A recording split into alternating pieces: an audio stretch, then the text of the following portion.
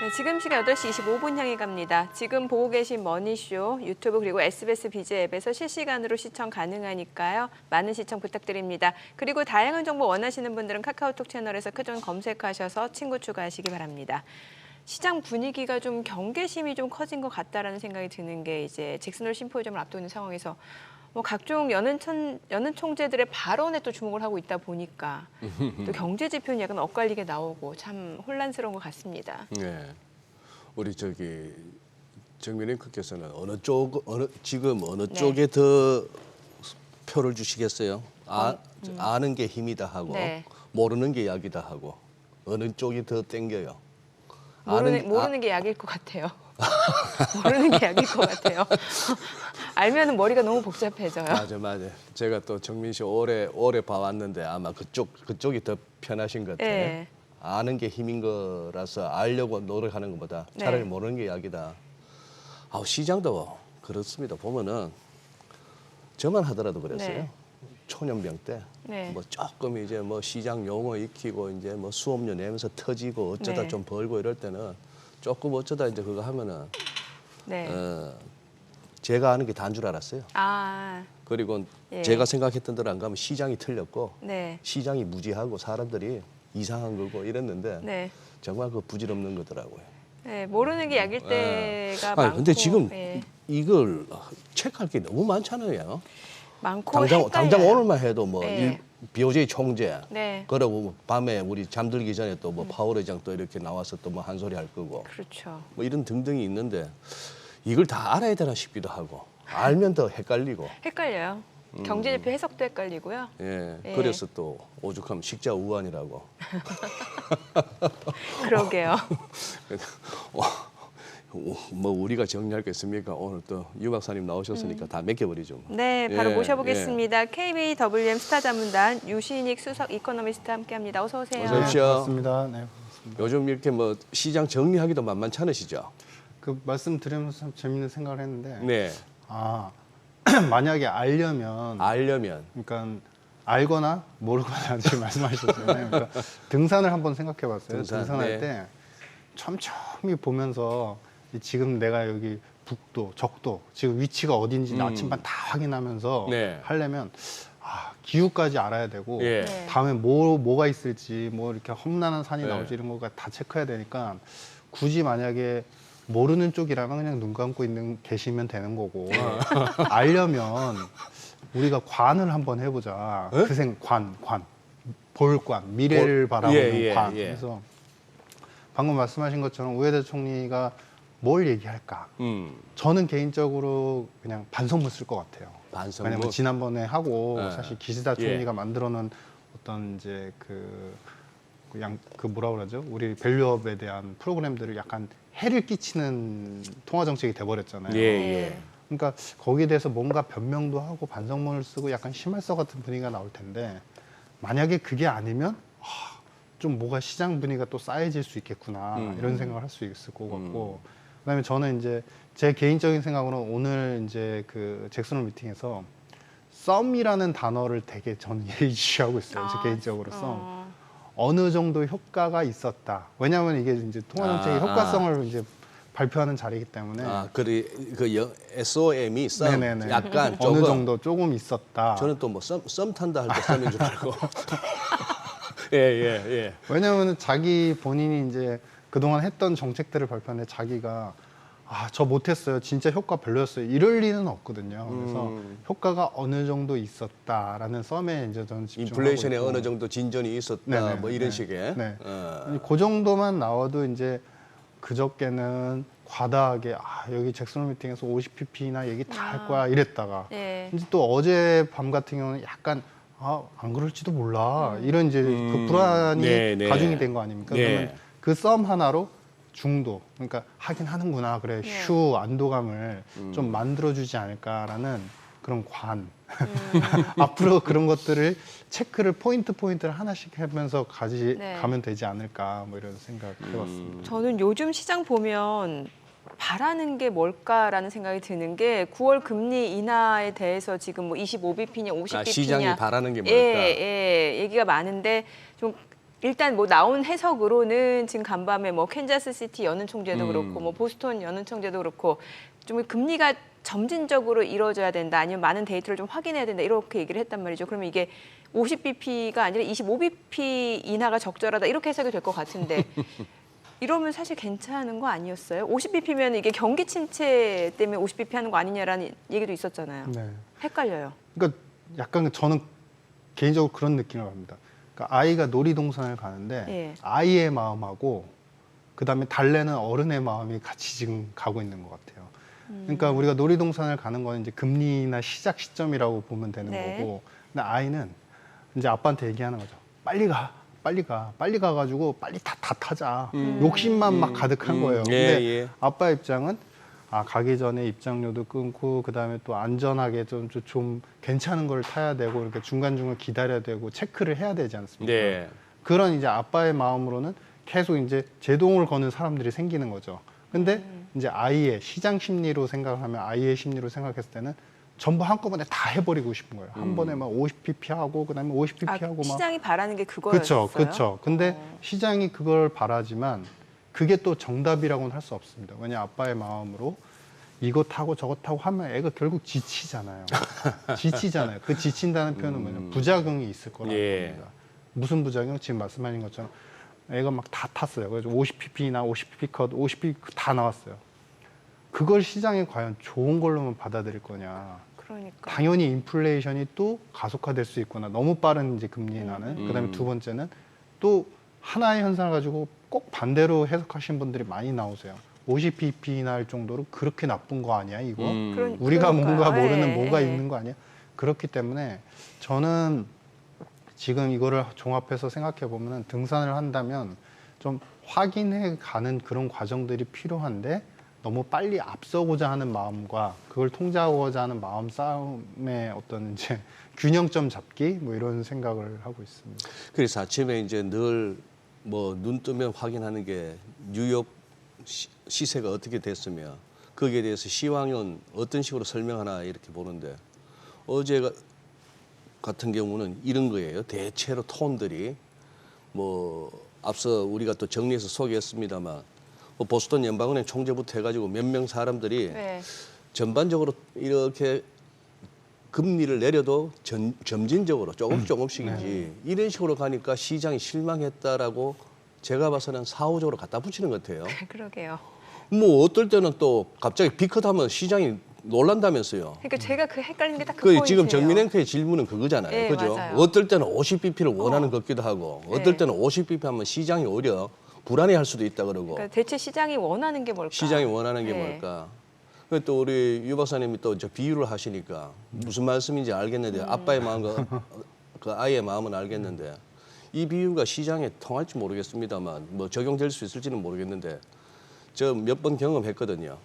어린이날 같은 때라든지 왜 진짜 놀이동산 미어 터질 때 문제는 자유이용권을 끊었어요. 비싸게. 네. 그런데 2개밖에 못 타지도 타요. 못해. 하루 종일 줄만 섰다가 그걸 알거든요. 아빠는. 야 오늘 같은 날 자유이용권 끊어봐야 몇 개 못 한다를 아는데 그 전략이 있어요. 애는 알거든. 나 다 타고 싶대 오늘. 부모님이 미리 줄을 쓰고 타고 가면 더 예. 그러니까 시장에 따른 전략도 다 있습니다. 사실은. 그러니까 예. 참 이 어떻게 보면은 어떨 때는 50bp를 원하는 게 자유이용권 사달라는 애 같기도 하고 뭐 그렇기도 한데 참 어쨌건 많이 어려워졌습니다. 근데 저는 찝찝한 게 어제 잠잠하던 또 빅스가 훌쩍 뛰어버렸어요. 퍼센테이지로 치면 한 8% 가까이 뛰어버렸는데 거기에다가 잘 밀리던 미국채 금리가 또 돌면서 달러도 살짝 강해지고 어제가 무슨 변곡점이었나 싶기도 하고 뭐 그럴 만한 뭐는 없는데 저는 어제는 그냥 지나가는 현상에 불과하다고 지나가는 생각하고 현상이다. 지금 말씀하신 것처럼 이제 그 시장의 네. 하나를 가지고서 두 개로 해석하는 이런 것들 50bp가 좋다 아니다 뭐 이런 식으로 해석하는 예. 것들이 저는 이제 저도 고민을 하고 좀 생각을 해봤던 문제인데 네.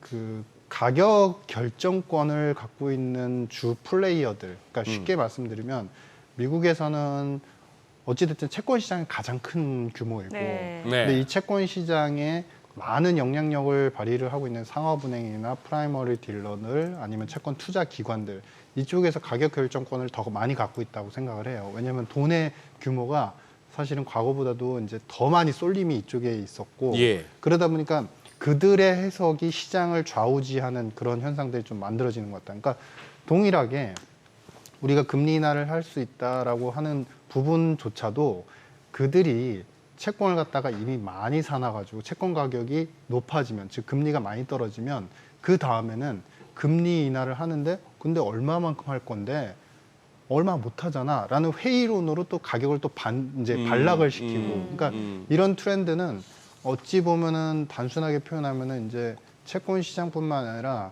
그 주식 시장 자체에서의 버블적 요소와 유동성을 쥐고 있는 주된 투자자들의 힘들이 너무 세졌기 때문에 그들이 자신들의 포트폴리오나 가격에 맞춰서 좋게 해석했다가 나쁘게 해석했다가 그거는 이제 사후적으로 시장에서 해석하는 거고 네. 그들이 이제 계속 샀다 팔았다를 하면서 가격 변동을 시키는 힘이 너무 세지니까 변한 건 없는데 왜 오늘은 빠지지? 변한 건 없는데 오늘은 또 왜 오르지? 이런 이제 헷갈림이 나타나기 때문에 오히려 이런 때는 저는 그 우리 회귀 분석 배우지 않습니까? 경제에서. 예. 그러니까 결국에는 이제 이렇게 투자자들, 메인 투자자들의 영향력, 가격 영향력이 높아졌어도 트렌드에서는 그렇게 또 많이 벗어나지 못하더라고요. 그래서 좀 이럴 때일수록 시계를 좀 길게 봐야 되는 약간 그런 시점이 아닌가 이런 생각입니다. 지금 조금 더 미시적으로 들어가기 전에 기본적으로 요즘 경기 침체 논란이 계속 이어지고 있는데 네네. 유 박사님 그 부분을 어떻게 판단하고 계세요? 그러니까 그게 너무 어색합니다. 제 개인적인 뭐가요? 느낌은 침체를 지금 얘기할 단계인가, 왜 침체를 얘기하는가. 그러면 경기 둔화라고 한다면은 그렇죠. 리세션보다는 어떤 슬로우다운 정도로 슬로우다운은 받아들일만 하죠. 받아들일만 하다. 받아들일만 하죠. 그러니까 거의 3년여 기간 동안에 첫 번째 보시면은 지금 미국 얘기입니까? 네, 우리나라 미국 얘기? 미국 얘기입니다. 얘기고 네네. 우리나라 얘기는 따로 할까요 그러면? 따로 해야 될 것 같아요. 우리는 또 따로 해야 된다. 미국이 3년 동안 이제 예상치를 하회했던 적이 거의 없었습니다. 네. 그러니까 경제 지표 실측 예상보다도 항상 좋았는데 최근 2, 3개월 정도 약간 주춤하기 시작했어요. 예상치보다 좀 하회하거나 네. 부합하는 정도. 그럼 거기서 멈춰있는데 이제 두 번째는 3회 법칙이라고 해가지고 예. 우리 이제 과거 최근 3개월 내에 이제 평균 실업률 평균치가 12개월 전에 최저치 뺐을 때 0.5 이상 차이가 나기 시작하면 침체다 이렇게 네. 표현하는데 이거를 저보다 더 훌륭하신 미국의 경제학자분들이 많으신데 왜 지적을 안 하나? 이거는요 경제활동 참가를 항상 열심히 하고 항상 고정적으로 유지가 될 때 적용되는 법칙입니다. 왜냐하면 경제활동을 하려고 막 열심히 막 노력을 하는데도 갑자기 실업률이 서서히 이제 올라가기 시작을 해요. 그러면 이제 침체 징후가 있다라고 표현할 수 있는데 네. 지금 미국 상황을 보시면은 3년 정도 동안 거의 이민자분들이 유입이 없다가 이제 들어오기 시작을 했고 뭐 때문인지 모르겠는데 근로자, 백인 근로자들이나 엘리트 국민들이 많이 쉬시다가 최근 이제, 들어서 경제활동 참가를 막 하기 시작해요. 노시다가 네. 돈이 떨어졌나 보죠. 네. 근데 이분들이 거의 쉰 기간이 2, 3년, 최소 2, 3년이거든요. 예. 근데 실업률의 상승 요인을 분해를 딱 해보면 이렇게 엔트런트, 새로 들어온 진입자들이 다 실업을 높이는 주된 요인으로 작용을 하고 저 계세요. 경제 활동 인구가 늘어버린 거죠. 그렇죠. 그러면은 이분들이 당연히 숙련도가 3년 동안 쉬었는데 어떻게 바로바로 취업이 되겠습니까? 네. 그래서 이분들이 들어오면서 나타나는 실업률 상승을 왜 침체라고 얘기하느냐? 이거는 굳이 이제 경제학적 역으로 얘기하면 마찰적 실업이라고 얘기를 하거든요. 경제 활동을 하는 사람들이 없었다가 생겼다가 예. 그러면서 나타나는 실업은 마찰적이다. 즉 탐색을 하면서 나타나는 중간 과정이다. 근데 이거를 왜 실업이라 이제 침체라고 생각을 예. 할까? 그리고 마지막 결정적인 세 번째는 우리가 침체가 오기 직전에는 항상 미국은 소비 중심의 국가이기 때문에 예. 아주 중요한 지표가 있어요. 저축률이 갑자기 급등하기 시작합니다. 저축률이. 네, 가계의 저축률. 미국은 구조를 생각해 보면 당연히 정부는 적자를 보고 부채를 많이 쥐고 있어도 가계의 흑자를 넣는 구조고 네. 그렇기 때문에 소비는 항상 살아 있거든요. 예. 그래서 70%로 이제 GDP를 끌어가는 거죠. 근데 과거 이제 서브프라임 때도 그랬고 코로나 때도 그렇고 항상 직전에 그쯤에서 저축률이 급증을 하는 이제 사례가 있었고 그 우리 코로나 때는 저축률이 10% 이상 급증을 했었어요. 예. 그러니까 그만큼 소비도 흑자인 가게가 돈을 안 쓰면서까지 이제 위험하다는 걸 느끼기 시작하는 거죠. 근데 지금 저축률을 보시면 가장 최저치 3.4% 기록하고 있습니다. 최근에. 소비를 안 할 가능성도 상당히 적고 네. 그러면 마찰적 요인이고 그다음에 실업률이 지금 4.1 만약에 올라간다 그래서 4.2라고 예상을 해보면 미국 의회 예산처에서 그 추정하는 자연 실업률이라고 하는데요. 그게 뭐냐면 완전 고용이 됐을 때의 그 숫자 실업률이 몇 프로일까요? 했을 때 그게 4.3입니다. 그러니까 그 완전 고용일 때 4.3보다 좀 낮은 숫자에서 살짝 올라가고 있는데 이걸 침체로 바라보느냐 아니라는 거죠. 완전히 고용이 된 상태에서 전 경제활동 인구가 고용이 됐다라는 수준에서도 4.3인데 그러면은 이거는 정확히 표현하면 어떻게 해야 될까? 너무 뜨거웠던 핫했던 경제와 금융시장이 경제라고 표현할게요. 너무 뜨거웠던 경제가 미국이 약간 쿨다운되는 좀 정상화되면서 좀 약간 쉬는 구간이다. 이걸 침체로 표현하는 건 너무 좀 과도하다 이런 생각들을 많이 합니다. 경기 침체는 아니고 둔화 정도로 이번 잭슨홀 심포지엄에서 이제 열리게 되는 앞서 저희가 화면에서 간략하게 소개를 해드렸는데 주제 있지 않습니까? 네네. 요거 관련해서 좀 여쭤보고 싶거든요. 네네. 어떤 주제로 논의가 되는지 여기서 또 투자자 입장에서 관전 포인트 좀 체크해야 될 것들 알려주세요. 그러니까 잭슨홀 미팅에서는 이제 작년 재작년까지의 그 경로를 먼저 예. 올해 거 먼저 말씀드리면 네.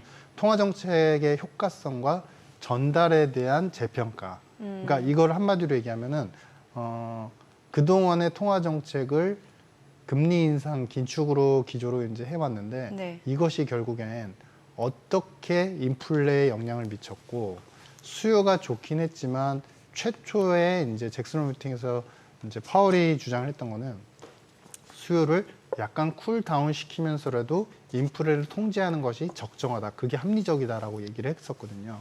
그러면은 이제 이분의 입장에 연속선상의 생각을 해보시면 이번에 이 통화 정책으로 효과가 인플레에서 어느 부분에 있었는지, 어떠한 경로와 어느 정도 수준으로 있었는지, 어느 수준에서 제가 이제 앞에서 썸 얘기를 한 겁니다. 썸 어느 정도 있었다라는 인정을 하면 이제 어느 정도 시장 안정화될 거다 생각하는 거고, 그 다음에 수요 부분을 얼마만큼 통제를 하고 있는지에 대한 평가들 그런 걸로 할 것이고, 마지막 최종적으로는 최근에 이제 화두가 되는 당연히 노동시장의 위험성은 그 우리 의사록에서도 밝혔기 때문에 이분의 저는 메인 포인트는 사실 썸이라는 단어하고 노동시장의 위험성을 어떻게 평가하는지 그분의 평가가 전 중요하다고 생각해요. 네.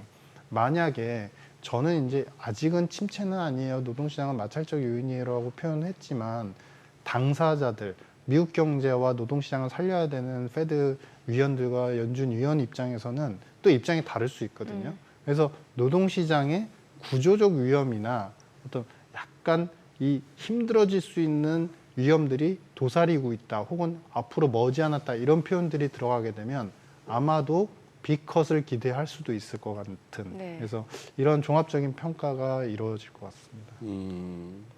이 우리 사실 그거 하거든요. 2년 전에 잭슨홀에 그게 아픔이 있었지 않습니까?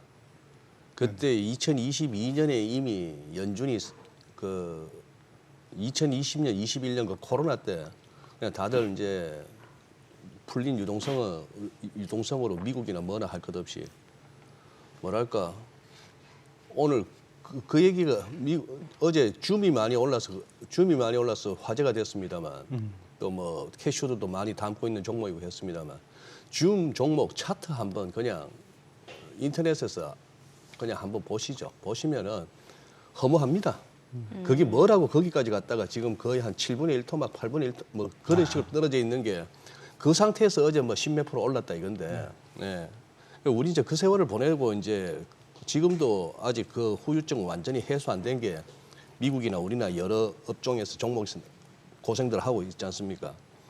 그때 막 금리 올릴 때 2022년에 다들 막 떨어지다가 8월 달에 그 왜 이빨 물고 나왔던 그 파월 우리 진짜 제대로 한번 긴축할 거라고 그 아픔 때문인데 금년에 파월 의장 저 배짱으로 뭘 충격적인 역사적인 두고두고 회자될 만한 재작년 같은 그런 뭘 할 수 있을까요? 제가 봐서는 지금 미국 대선판이 어디 될지 모르겠는데. 그렇죠. 이미 근데 22년도에는 우리 이제 잭슨 미팅에서 예.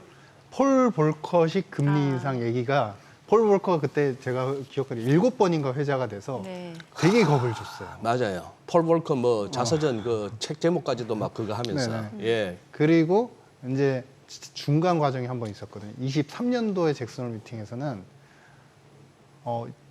요약하면 지금까지 잘 달려왔고 지금까지 어느 정도 통제되고 있고 그 대신 앞으로도 긴축을 계속 할 겁니다. 네. 톤이 예. 폴 볼커식 하면서 엄청 겁을 주다가 네. 23년 잭스톤 미팅에서의 의제에서는 할 겁니다. 근데 폴 볼커 이제 이런 단어는 없어졌고 예. 톤 다운이 이미 됐어요. 예. 그러니까 하산하는 게 보였어요. 그러면 이번에는 당연히 이러다가 다시 등산을 할 가능성은 없거든요. 시나리오가 정해져 있다는 거죠. 어느 정도 이렇게 내려가면서 통제가 되고 있고 이제는 밑에서 올라오는 새로운 위험들, 뭐 노동시장의 위험들이나 이런 것들을 언급하면서 사실은 이제는 우리가 전환점을 맞이할 수도 있다라는 톤의 뉘앙스들이 나올 수 있다고 생각을 해요. 그게 이제 금리 인하의 명분 쌓기고 보통 이제 계속 빅스텝을 가고 뭐 이렇게 스텝 이렇게 금리가 올라가다가 터닝을 할 때 포인트에서 항상 이제 명분 쌓는 그런 의제의 통화정책 그 회담이나 아니면 이런 발표회가 열리거든요. 네. 그래서 이번에는 그 중간 이제 그 전환의 포인트로 다 작용을 할 것 같다. 뭐 이것을 굳이 과격하게 이번에도 금리 인상에 대한 강조를 또 하는 시점으로 생각하는 거는 약간 그거는 좀 너무 겁먹는 것 같다. 이제 그런 생각입니다. 그럼 아까 경기 침체에 대해서는 경기 침체 논란은 좀 과한 것 같다라고 비유를 말씀하셨고 네. 그렇다면은 지금 월가나 우리 쪽이나 할 것 없이 또 시장의 강세론자들은 얘기하세요. 연말에 가면은 우리 얼마 전에 봤던 그 고점들 다 넘어서 있을 것이다. 네. 유 박사님도 동의하세요? 시장 차원에서. 고점까지는 사실 자신이 없는데 나쁘지는 않을 것 같습니다. 아, 나쁘진 않을 네. 것 같다. 왜냐하면 이제 한참 이제 지난 8월 5월 같은 그런 장은 없다. 네, 그렇죠. 그러니까 그때는 사실 우리가 엄밀히 말하면 예. 그 엔비디아가 예. 너무 혼자 세게 달려왔지 않습니까? 그래서 예. 제가 6월 달부터 쉬어야 돼요. 항공모함인데 쉬어야 돼요. 쉬어야 예. 돼요. 이런 말씀을 예. 드렸는데 이제 확인하는 시각들이 많아지기 시작한 거죠. 네. 그러니까 뭐냐면은 예상치가 좋을 거고 이거는 큰 꿈을 갖고 있고 빅테크의 가장 화두가 되는 AI 칩을 가장 좋은 것을 생산하니까 엔비디아는 좋아요 하다가 이제 차분해지기 시작한 거죠. 예. 이제 그러면은 2분기에, 3분기에, 4분기에 그러면 예상하는 꿈에 부합하는 실적들을 다 거둘 수 있어? 그거를 그전에는 좋아 하다가 이제 날카로운 시선들로 바라보기 시작하니까 그때부터 조정이 이제 한 폭 크게 나온 거고 앞으로 엔비디아는 계속 검증 과정을 거칠 거라고 생각을 합니다. 다만 이런 과정 속에서 이제 변동은 있겠지만 사실은 전체적인 빅테크도 마찬가지로 미국의 금융시장은 이제 대선이 이제 거의 2개월, 뭐 3개월 남짓밖에 안 남았어요. 그러면 사실 이제 어떤 대통령이 될지 모르겠습니다. 해리스가 될지. 예. 하지만 최근 2010년도 이후에 이제 들어온 대통령 트럼프도 그렇고 바이든을 잘 생각해 보시면 초대 대통령 딱 들어오시면 아무리 양당이 이제 민주당 공화당이 싸워도 가장 초당적으로 합의하는 건 인프라 투자에 대해서는 항상 합의를 해주거든요. 예, 초당적으로. 예. 왜냐하면 그게 미국 경제는 공통적으로 살리는 거고 이거는 이제 양당의 철학에 별로 이렇게 이견이 없습니다. 그 이념의 문제에서 벗어나 있으니까. 그렇죠. 네. 그러면은 최소한 지난번 이제 바이든 정부 때 1조 6천억 달러의 신재생을 포함한 인프라 투자 정책이 결정됐으면 예. 이번에 이제 물가가 올랐잖아요. 예. 그러면은 1조 6천억 이상, 최소 뭐 많게 보면 2조 달러 이상의 어떤 인프라 투자도 결정이 될 거예요. 내년 상반기쯤.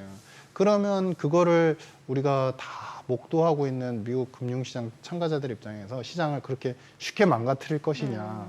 그렇지 않을 것 같다. 다만 고점을 더 넘어서는지는 그때의 상황과 또 그때의 기업의 실적에 따라서 좌우지되기 때문에 그건 지금 저는 그냥 어느 정도 현 수준을 유지해 나갈 것 같다 이런 생각을 하고 있습니다. 현 수준을 유지할 것이다. 그러면은 뭔가 9월달 그 연준의 피벗에 대한 기대감이 좀 어느 정도 반영이 됐다 이렇게 해석도 가능한가요? 네, 어느 정도 반영이 조금씩 되어가고 있다. 이미 이제 그렇게 생각을 하고 있고 네. 이미 그거는 이제 3회 법칙 그게 이제 거의 한 3주 됐나요? 네. 그 증시의 폭락과 예, 함께 예, 나왔잖아요. 예. 그러니까 그 부분에서 이미 어느 정도 금리는 하겠구나, 해야 되는구나, 네. 끼워 맞추기죠. 그것 때문에 네. 침체는 아니지만 네. 어느 정도 이제 시장에서 반영이 되는 것 같습니다. 네. 자, 지금 8시 50분 향해 갑니다. 오늘 양시장 예상 체결지수부터 확인해 보도록 하겠습니다. 먼저 코스피 보도록 하죠. 오늘 0.7% 하락 예상되고요. 예상 체결지수는 2,687포인트입니다. 간밤 뉴욕 증시 3대 지수 일제도 하락 마감이 됐고요. 특히나 이제 국채 수익률이 좀 올라가는 모습이었습니다. 게다가 오늘 국내 증시도 그 여파가 좀 예상이 되고요. 코스닥 1.5% 하락 예상됩니다. 예상 체결지수 761포인트입니다. 시가총액 상위 종목 예상 체결가 보겠습니다. 먼저 코스피 시가총액 상위 종목이죠. 삼성전자 1% 하락 예상됩니다. 지금 호가는 77,700원, SK하이닉스 3% 넘게 떨어질 걸로 보이고요. 지금 호가는 185,300원, 그리고 LG에너지솔루션 보합 예상되고요. 삼성 바이오로직스가 강보합권 예상됩니다. 호가는 95만 6천 원, 현대차가 0.4% 하락이 예상됩니다. 예상 체결가 24만 7천 원, 기아가 0.8% 떨어질 걸로 보이고요. 호가는 10만 1,500원, 삼성전자 우선주 2% 약세가 예상됩니다. 셀트리온 1% 가까이 좀 올라갈 걸로 보이고요. 호가는 20만 4,500원, KB금융 0.58% 하락 예상되고요. 신한지주는 보합 예상됩니다. 다만 호가다 보니까 워낙 변수도 많고 허수도 많기 때문에 개장 이후 시초가라든지 장중 주가 추이는 조금 더 보셔야 될 것 같고요. 코스닥 시가총액 상위 종목 예상 체결가 보도록 하겠습니다. 에코프로비엠 0.6% 하락 예상됩니다. 최근에 2거래일 연속 가격 좀 반등을 보여줬는데 오늘 호가에서는 좀 물량들이 나올 걸로 보이고요. 17만 9,800원으로 집계가 됩니다. 알테오젠이 1.5% 하락 예상되고요. 호가는 28만 4,500원, 에코프로 0.9% 내림세가 예상됩니다. 호가 8만 8,400원, HLB가 1% 하락 예상됩니다. 예상 체결가 8만 1,500원, 엔캠 2.7% 약세가 예상되죠. 호가는 19만 9,800원으로 집계가 됩니다. 삼천당작 지금 호가에서 3.9% 하락이 예상됩니다. 13만 8천 지금 삼천당작은 13만 8,500원으로 집계가 되고 있고 휴젤이 1.7% 약세가 예상됩니다. 호가는 27만 7천 원.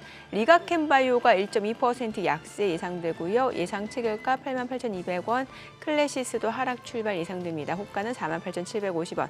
레인보우 로보틱스가 약보합 출발 예상되고 있습니다. 자, 이제 개장까지 8분여가량 남았는데 오늘 전반적으로 호가 분위기만 놓고 봤을 때는 좀 경계성 매물들이 출회되지 않을까라는 생각이 들고 또 어느 정도 조금 낙폭이 과해지면 되겠던 매수세라든지 저가 매수 유입도 기대해 봐야 되나 종잡을 수 없는 시장이네요. 예. 예.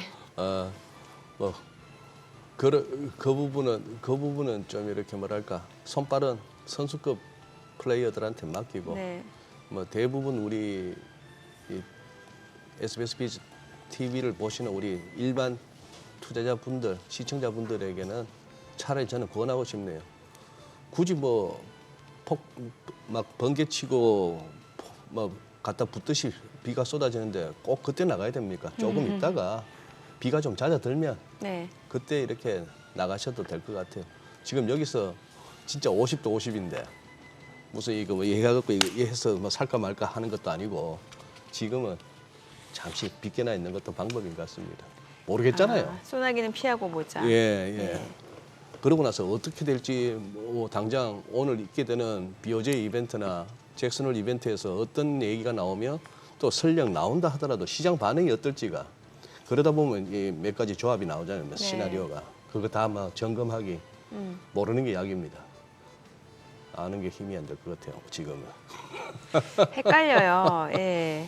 음. 그러면 말씀 주신 대로면은 지금 시장에서 어느 정도 연준의 피벗에 대한 기대감도 반영이 되고 있고 경기는 침체가 아니라 둔하고 그러면 시장이 추세적으로 방향을 잡고 올라가기보다는 그냥 뭔가 좀 하단은 지지가 되면서 상단도 좀 제한된 그 정도를 예상을 해봐야 되는 거예요. 그래서 지금이 가장 제가 이제 날카로운 눈으로 바라보는 시점이라고 그랬잖아요. 그러니까 네. 뭐냐면 지금은 이제 금리 인하 우리가 놀이동산에 이제 이미 했습니다. 예, 예. 했다고 보고 이제는 확인해야 되는 거죠. 모든 걸. 경제 지표는 좋은지 나쁜지는 계속 확인해야 되고 기업의 실적은 좋은지 나쁜지 그것에 따라서 시장의 방향성이 정해질 뿐 다른 요소들은 이제는 왜냐하면 2년 동안 꿈꿔왔던 금리 인하는 이제 시작이 될 거기 때문에 사실상 이제부터의 영향은 그렇게 크지 않다. 오히려 지표가 확인되는 그 숫자만큼 시장이 좋거나 나쁘거나 이렇게 반영이 될 것 같은데, 만약에 제가 이제 생각하는 데 관점대로 침체가 아니고 잠깐 슬로우 다운하는 정도다라고 생각한다면,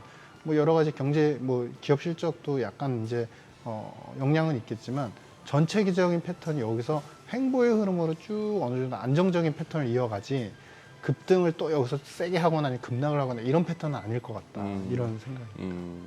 그래요.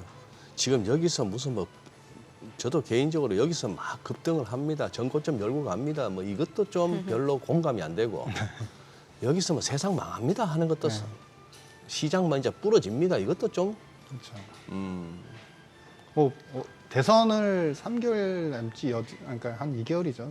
사실 이렇게 남겨놓고 침체와 사실 이제 시장이 너무 공포스럽게 안 좋아질 수 있습니다. 이거는 사실 너무 어색해요. 항상, 그렇죠. 항상 너무 어색해요.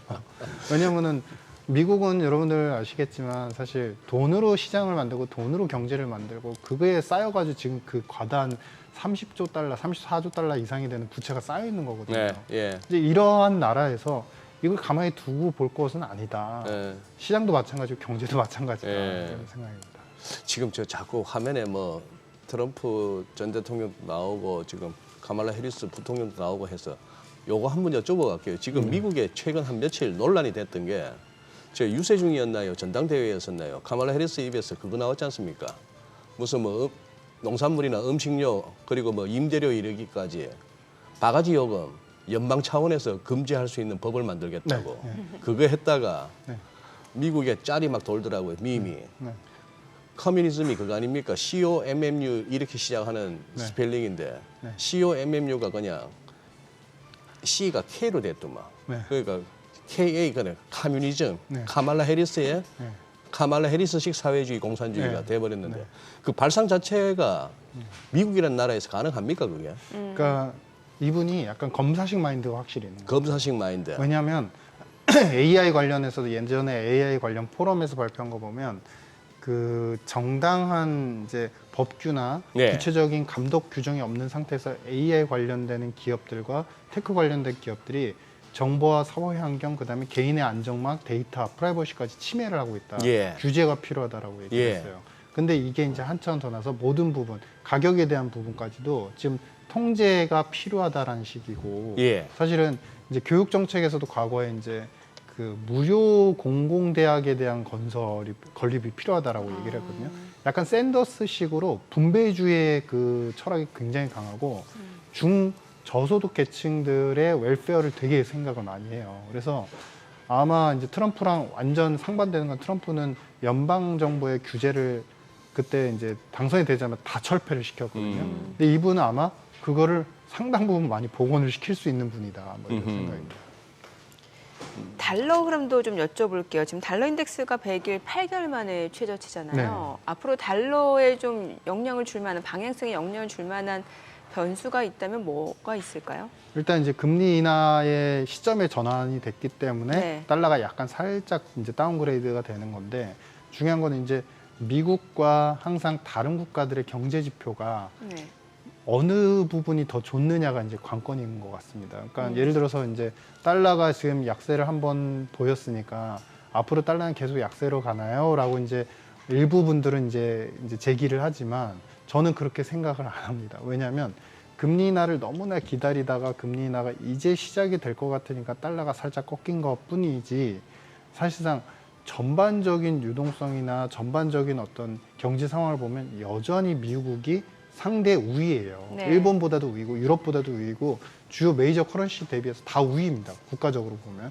그렇기 때문에 미국으로의 돈 유입, 달러의 유입은 또 이루어질 수밖에 없어서 달러의 패턴이 아마 경제 지표의 상황에 따라서 달라지게 하겠지만 미국이 슬로우 다운 한다고 한들 그래도 유럽보다는 낫거든요. 네. 그래서 그런 부분을 생각하면 달러 지수도 살짝 또 내려가다가 또다시 좀 오름세의 흐름을 또 유지할 수 있다, 이런 생각입니다.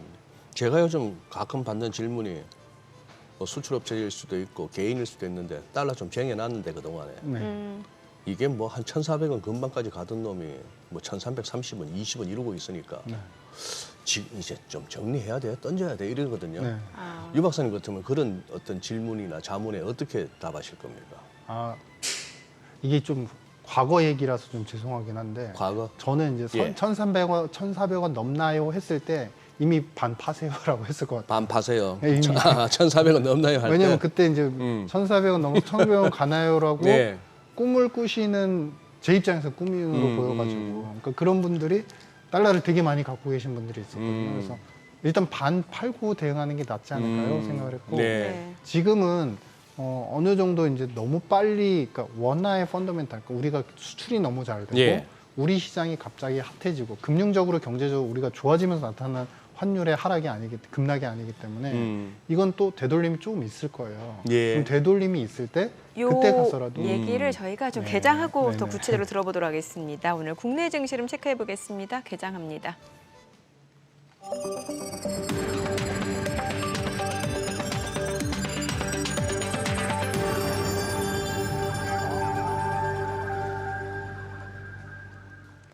네, 8월 23일 금요일 국내 증시 개장했습니다. 간밤 뉴욕 증시 3대 지수 일제히 하락 마감이 됐고 나스닥이 1% 넘게 떨어졌습니다.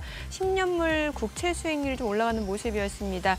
지금 캔자스시티 연은 총재, 보스턴 연은 총재, 미 연준의 금리 인하는 점진적이고 완화적으로 좀 이루어져야 될 거고 또 그에 앞서서 여러 가지 데이터들이 좀 확인이 돼야 된다라는 발언들에 시장에서는 조금 경계성 매물들이 나오는 모습이었습니다. 주요 빅테크 관련주들 낙폭이 좀 두드러지는 양상이었고 엔비디아를 비롯해서 AMD도 테슬라까지도 하락 마무리가 됐는데 오늘 국내 증시 또 어떤 출발을 나타내는지 지수부터 좀 확인해 보도록 하겠습니다. 먼저 코스피입니다. 지금 0.6% 떨어집니다. 2,690포인트, 코스닥 1% 하락합니다. 765포인트입니다. 지금 양시장 하락 출발 보여주고 있고요. 시가총액 상위 종목 시초가 보도록 하겠습니다. 삼성전자가 0.7% 떨어집니다. 지금 77,700원, 그리고 SK하이닉스 2% 약세입니다. 186,100원. LG에너지솔루션이 0.8% 하락합니다. 359,500원. 삼성바이오로직스가 0.3% 내림세네요. 952,000원. 현대차도 0.6% 하락합니다. 246,500원.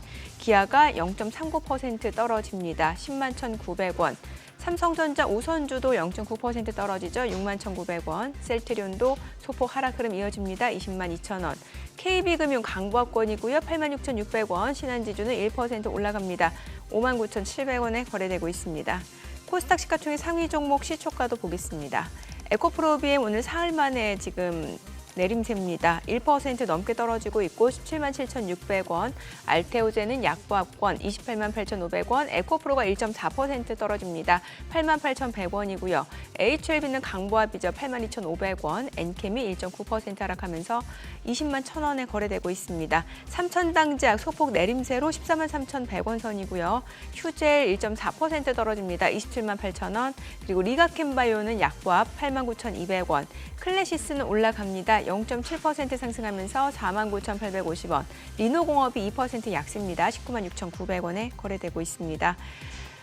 오늘 특징을 보여주고 있는 섹터 종목들 좀 체크를 해보도록 하겠습니다.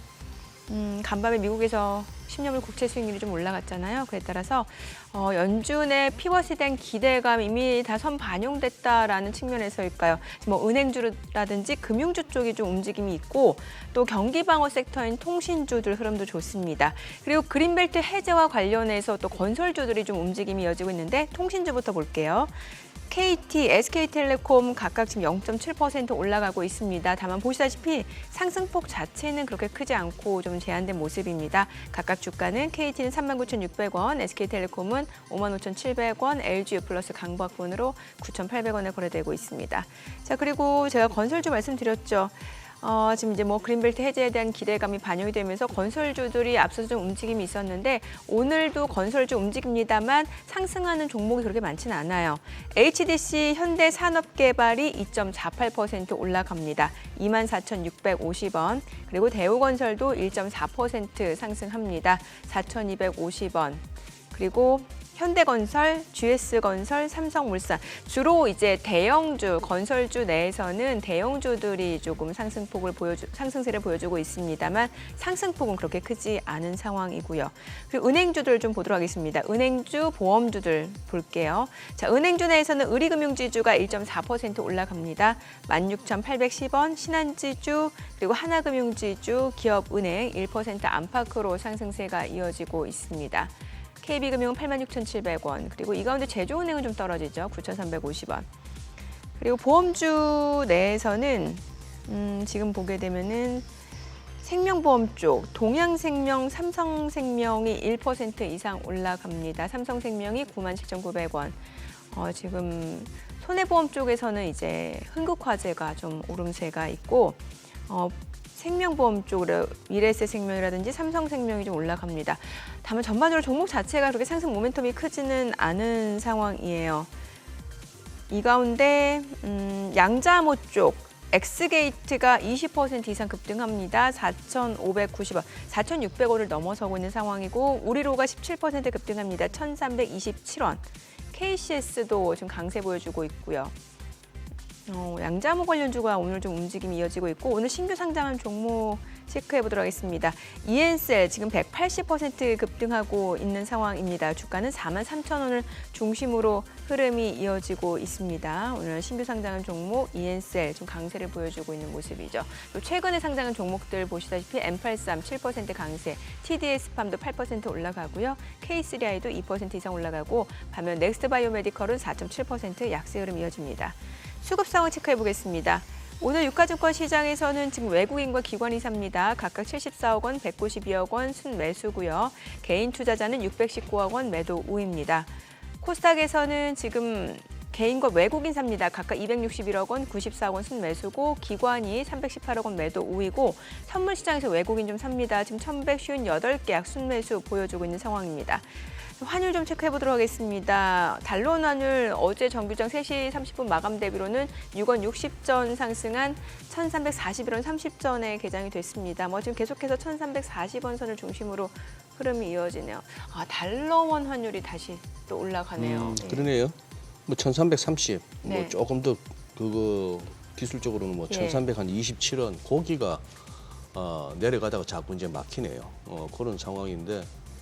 어쨌거나 지금 반등폭이 생각보다 큽니다. 전일 대비 한 8원 정도 환율이요. 올라오고 있고 달러 인덱스도 살짝 돌아서고 있고 해서 근데 일단 한번 크게 한번 꺾였다가 급반등 나왔다가 또 주춤하니까 지금부터는 시장 자체는 좀 진짜 한치 앞을 내다보기 힘든 이렇게 혼조, 낙습권 이렇게 봐야 되겠네요. 네.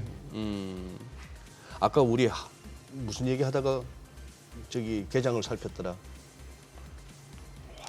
환율이었나요? 달러 얘기하면서 달러. 제가 맞아. 네. 달러 쟁여놓은 쪽에서 팔아요 말아요 했던 1,400원 그 오늘 같은 때는 일단은 10% 한번 매도해봐야 돼요. 이렇게 환율 올라갈 때. 네, 이렇게 올라갈 때 조금씩 한번 해보는 거예요. 조금씩. 아니 더 잘 아시지 않습니까? 금융시장은 내가 목표로 한 타겟 딱 여기까지 아닌 거예요. 그러니까 그렇죠. 약간 이제 발목보다 약간 네. 조금 남았을 때 조금 이렇게 한 번씩 이렇게 예. 슬슬 이렇게 예. 좀 여유롭게 하는 게 이제 좋은 것 그래서 같고. 무릎에서 사서 어깨에 팔란 얘기가. 그렇죠. 그렇죠. 그것도 비슷하죠, 그렇죠? 그러니까 어지간하면 까치밥은 준다 생각하고 그거 다 먹으려고 들다가 그쵸.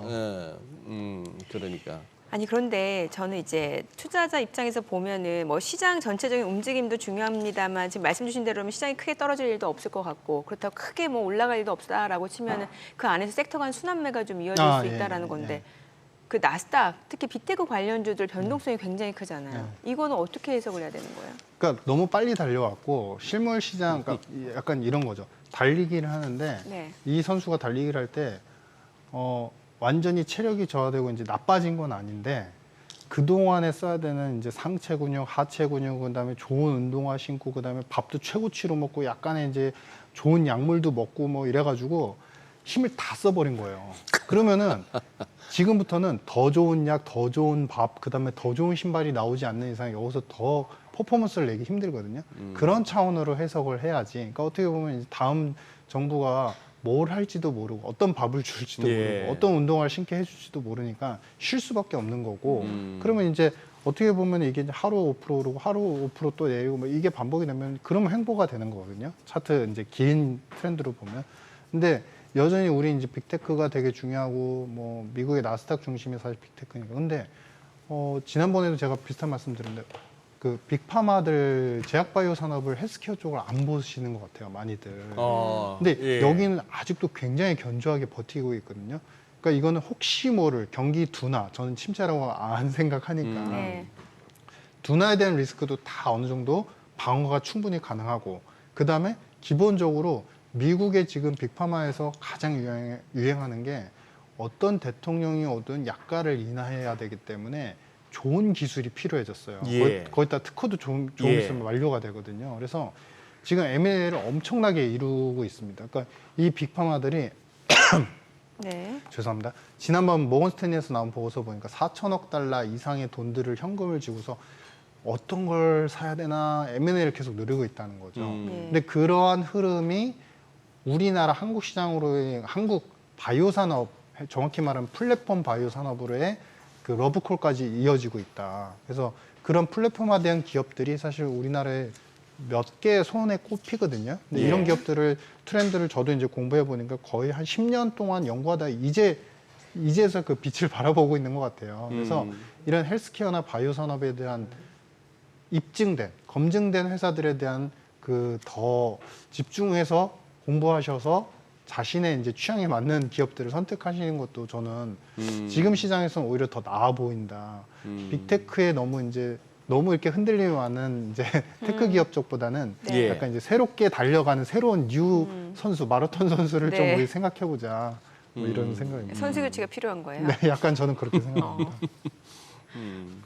아니 근데 확실히 좀 뭐랄까 니케이는 지금 상승 출발이거든요. 네. 니케이는 상승 출발인데 니케이는 확연하게 그게 있네요. 엔화 약세 보이면은 일본 주식은 좋아요.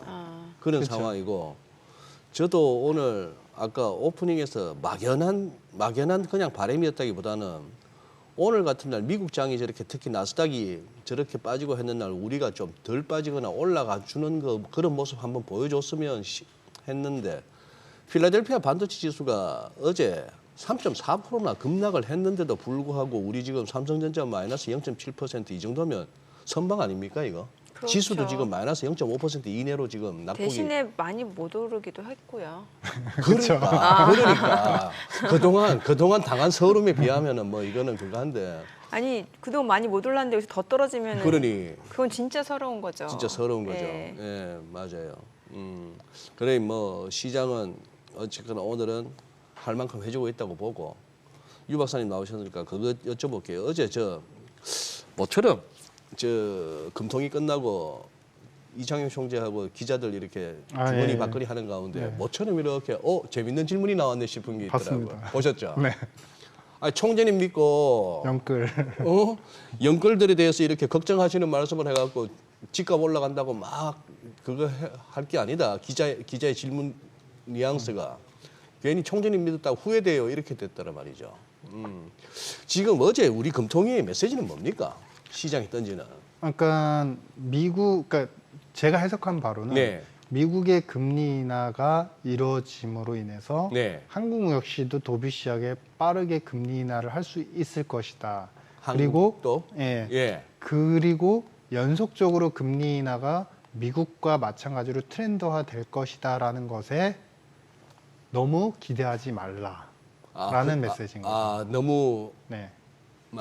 너무 미국처럼 간다고 보지 마라. 네, 미국이 금리 인하하면 결국에 한국도 금리 인하 하는데 금리 인하 추세가 시작이 되면 한국도 금리 인하 하니까 그 트렌드를 결국 따라갈 거다라는 네. 이제 시장의 과도한 심리들 기대들을 그것만 믿지 말아라. 약간 그런 메시지라고 보고 있고요.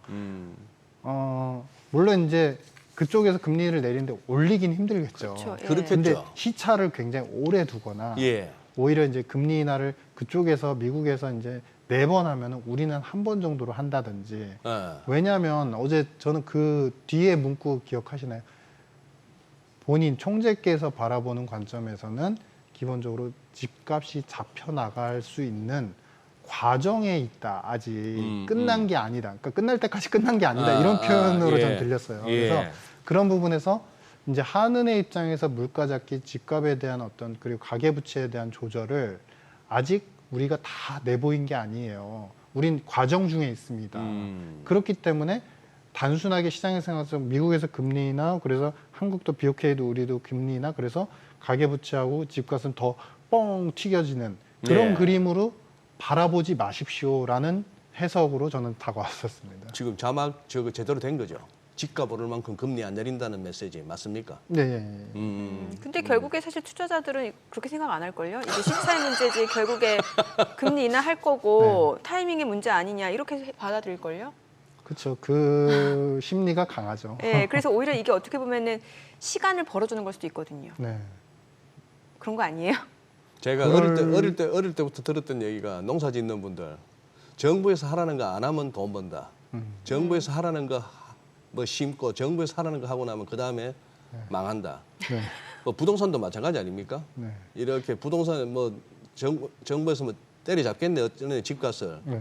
그때 쫄아버리면 늘 놓쳤잖아요. 네. 그러게 과거에 보면은 근데 여기서 하나 그 메인 트리거는 하나 있습니다. 요즘에 메인 트리거. 네. 네. 미국에서도 예. 이제 그 렌트비하고 집값이 너무 많이 올랐잖아요. 예. 네. 그래서 지난달부터 이게 그 매수 자체와 가격 자체 그다음에 신규 주택 착공 허가 건수가 주춤해지기 시작했어요. 예, 그렇더라고요. 그러니까 거기도 이제 뭐냐면은 경제가 슬로우 다운 정도고 너무 나쁜 건 아닌데 이제는 갈 때까지 너무 갔다 이거죠. 네. 근데 신규 주택 착공 허가가 줄었다는 거는요. 네. 사실 건설업자들이 이게 한 달 신청하는 게 아니라 6개월 전부터 계획해가지고 예. 그걸 계획서로 내는 건데 예. 그거를 이제 덜 한다는 거는 여기서 착공해가지고 이렇게 짓는다고 해도 가격적인 메리트가 없을 것이라는 사전 시그널 신호 중에 하나예요. 되게 그 중요한 집장사들 입장에서 짓고 팔아봐야 네. 남는 게 없다 싶어서 신청이 덜 들어갔으니까 그렇죠. 착공 허가 건수가 예. 줄었을 거 아닙니까?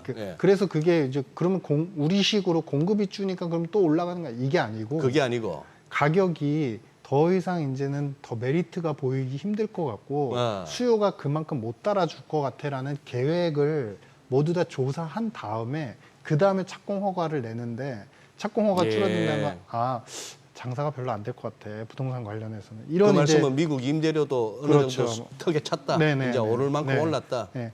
그런 부분이 있기 때문에 이제 우리 앵커님 말씀하신 것처럼 우리 시장식으로만 해석하면은 이러다가 더 터지는 거 아니야 이런 불안감 물론 이제 저도 사람이기 때문에 가끔씩 그런 이제 생각들은 하긴 하거든요. 근데 예. 그게 또 쉽게 그렇게 되지는 않을 것 같다. 만만치 않다. 뭐 이런 생각입니다. 알겠습니다. 오늘 내용 잘 들었습니다. 고맙습니다. 네, 감사합니다. 감사합니다. 네, 저희 방송 중에 전해드린 내용과 관련해서 더 다양한 정보 원하시는 분들은 카카오톡 채널에서 크존 검색하셔서 친구 추가하시기 바랍니다. 최근 외국인 관심 있게 보는 리포트까지 확인해 보겠습니다.